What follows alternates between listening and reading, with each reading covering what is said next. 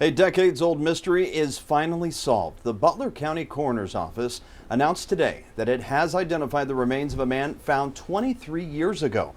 The WCPO 9 team broke the story this morning. Chief investigative reporter Craig Cheatham looks at how DNA and genealogy are responsible for solving this case and others just like it. Members of the Hamilton Boat Club found the decomposing body of an unidentified man in 1997 floating face down on the Great Miami River in Fairfield Township. An autopsy by the Butler County Coroner's Office found he had fractures that were consistent with being hit by a car, but investigators couldn't determine his manner and cause of death or his name. Sometimes you got nothing. Butler County Coroner Dr. Lisa Mannix says despite sharing an artist's reconstruction of the man's face, photos of his clothes and jewelry in the media, the man was not identified. 23 years this person remained unidentified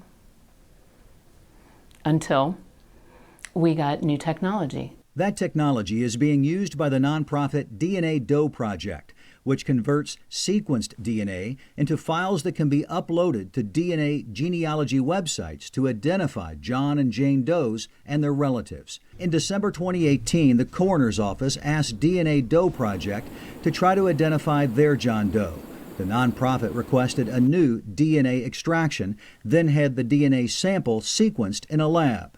In August 2019, DNA Doe Project hired an expert to convert that data into a smaller file that their volunteer genetic genealogist uploaded to an open-source DNA genealogy database called GEDmatch. We didn't have any good matches. DNA Doe Project Media Director Francesca Worden says a search on a different site, Family Tree DNA, found DNA uploaded by a close relative of John Doe.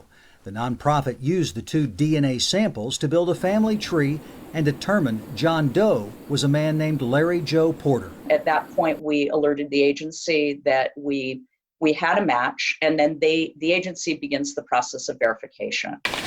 In December 2019, Butler County Coroner's Office investigator William Havens began using that information to find Porter's relatives, who provided their DNA to compare with the DNA of John Doe. For us, I think it is a ray of hope that we can give to a family that possibly is looking for closure. Havens says tests proved John Doe was Larry Joe Porter, a man who had traveled a lot through the area, had some tough times, and lost touch with his family. Havens says 2 weeks ago he shared the news with Porter's relatives. It was a very emotional time for not only them, but for me. Many families haven't found that closure.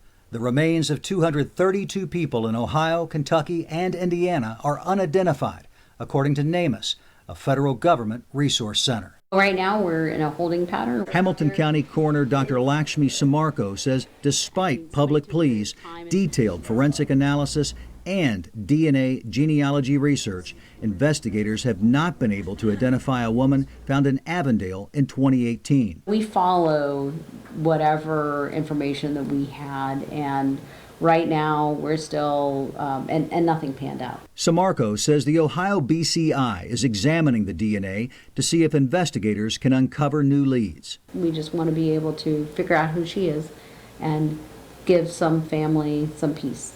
The kind of peace finally found by relatives of Larry Joe Porter, who investigator William Havens says cried and told him, "Now we know."